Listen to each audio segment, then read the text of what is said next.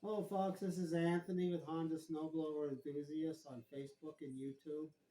Today I'm going to show you how to remove the fuel tank and the carburetor from this GX 270 engine from the Honda Snowblower. You don't have to take the engine off to do this.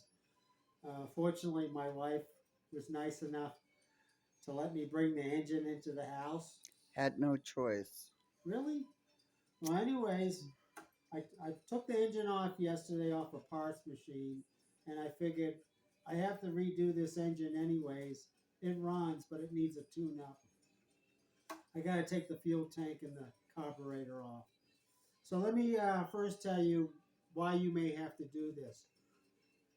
I'll link a video at the end of this video on how to clean the carburetor without removing it. There's a way to do it.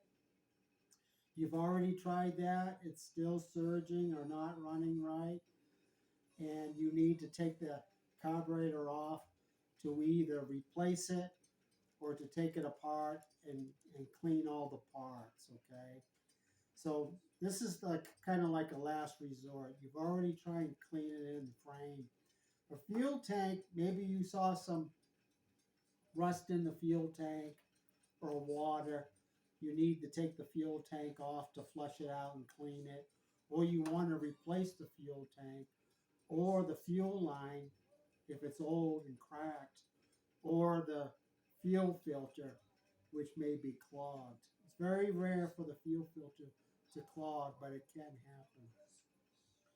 So we've gone over why you need to do this or why you may have to do this. Let me show you the tools that you're going to need for this job. But down here, here's a clamp for the fuel line, a 10 millimeter socket, 12 millimeter box wrench or ratchet wrench, Phillips head screwdriver, a little pick, comes in handy on just about every job, flathead screwdriver, a 12 millimeter socket with an extension on this wrench, and a needle nose pliers.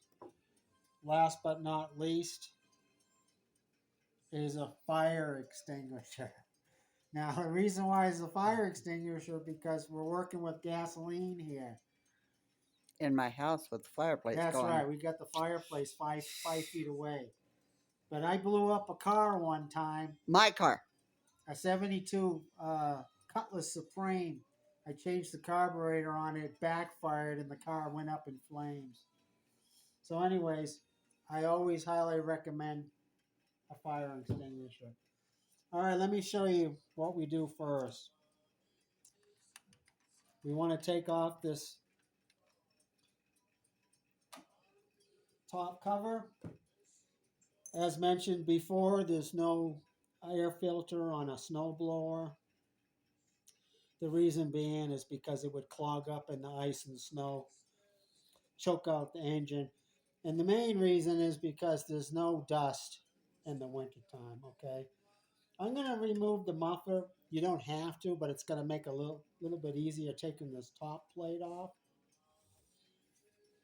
It's only two little nuts on the end. Now let's take off the fuel tank first. I'm going to need, let's see if I get my light on here. Down here, I don't know if you can see, there's a bolt down here. Can you see that, Susan? Yes. Okay. So that has to be removed first.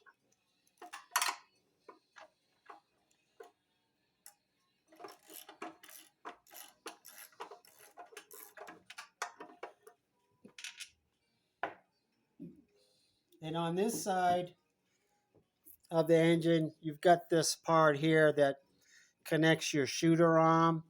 It's connected with two 12 millimeter nuts. I already loosened them up.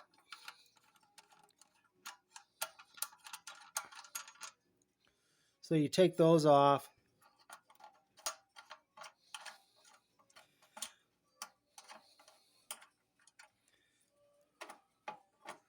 take this part off. Now, I highly recommend, if you're doing this for the first time, to take pictures beforehand and take pictures as you go along.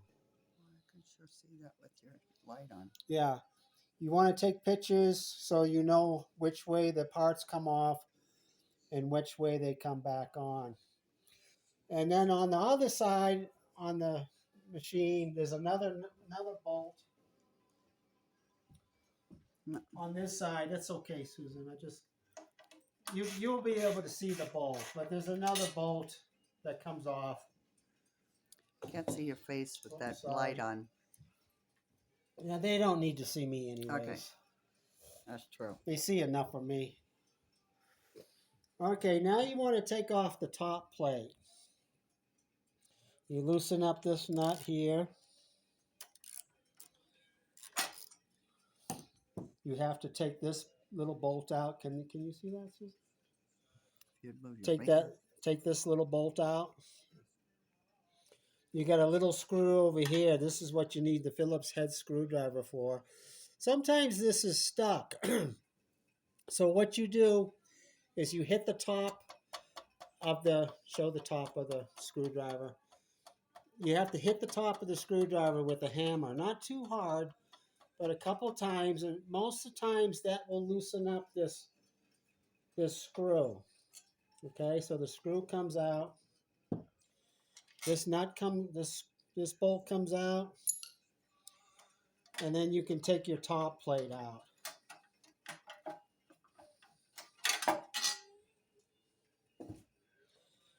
Now you can take this is called the elbow.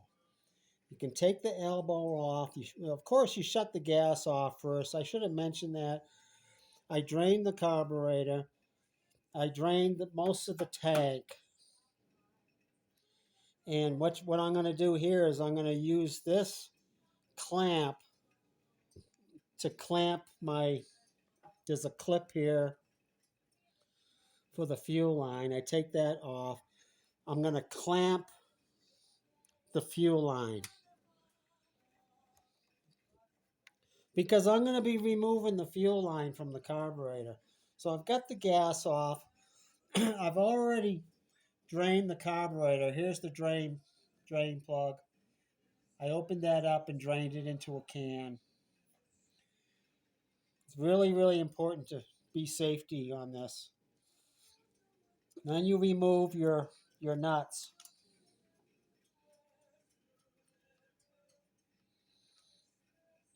And this elbow slides right off. Okay? Now then, this is a very important part. This is called the spacer. And it goes on a specific way. You see this indent here? It lines up with this hole. So it's a good idea to take pictures, okay? This hole right there. So it's a good line. You don't want to put this on backwards. You want this to line up with that hole. So now, all you have to do is take off the fuel line. I don't know if you can see the fuel line in here that's connected to the carburetor. I use a pick right here. This is the clip, and you can use the pick to move the clip up off of the carburetor nipple. And then I use this flathead screwdriver, and I pry the hose off. Okay. Now this is a good reason why sometimes you have to take the tank off. This hose is really old. It's cracked right there. And when it gets really old, the hose starts deteriorating inside, and then you'll start getting black stuff in your carburetor. This machine's about 20 years old, so I figured, well, I might as well take off the fuel tank and replace this fuel line. You can get fuel line from the Honda dealer. Now, what you want to do here is that you want to pull out your carburetor a little bit. Right there is your return spring. You can use a pick to get it out, like so. And you do have to pull it out a little bit to line up this part here with the linkage. Now this is where your needle nose pliers come in. It's not going to come out unless you can line up the linkage with this part. So you have to pull it out a little bit. Hands are in the way. So Oh, I'm much. sorry. Yeah. They've been in the way. But Okay, shoot. Well, okay, you pull out your linkage. Now, when you're reinstalling the carburetor after you cleaned it or replaced it, you want to make sure this linkage goes in all the way down. You don't want it halfway because then this part here won't move freely. So that's out of the way. Now what you got left is your choke linkage. It goes in at an angle. So what you have to do is you have to pull out the carburetor all the way and you have to twist the carburetor so you can get this linkage out. Okay, I don't know if you can see that, Susan. It's kind of it's like an elbow, and then it comes out like that. okay, got it. And that's the way it goes back in. You have to push it. You have to push this back on, and you have to twist it before you can put the carburetor back on. So now you've got your carburetor off, and it can be all taken apart.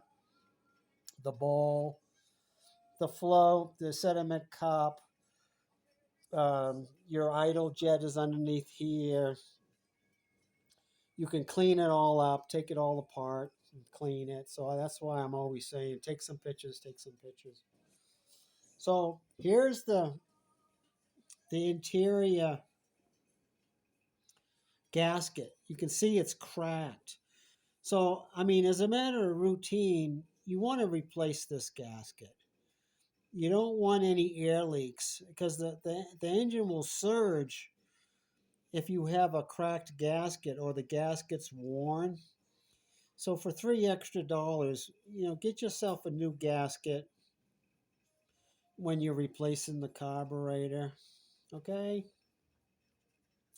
So with the carburetor off, and I've already taken off the two bolts, the one in the back here and the one in the front, and that side plate, the fuel tank will come right off. Just don't drop it. All right, yeah. Okay, so now your fuel tank's off. You can replace the fuel line. So you got a little clip here that you can use your tool here to separate the ends.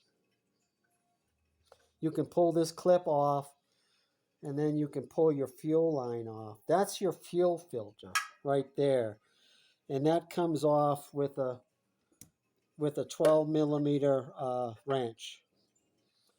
And if you have to clean out your fuel tank, you can do that if it's got rust in it or you want to replace the fuel tank. So that's how you remove your fuel tank and your carburetor so you can clean it or replace it. Let me get back over here. It's not that difficult. Just take your time. Take some pictures along the way so you can put it all back together correctly. And any other engine work you have to do, this engine needs to be cleaned, pressure washed and everything. So I can do a lot of work on this engine with those parts off. So if you have any questions or suggestions, please leave them in the comments. Please like and subscribe if you think this video has helped you. I appreciate my wife helping me with this. And I appreciate all you folks that helped me get over the 1,000 subscriber threshold on YouTube. So we'll see you next time. Thank you.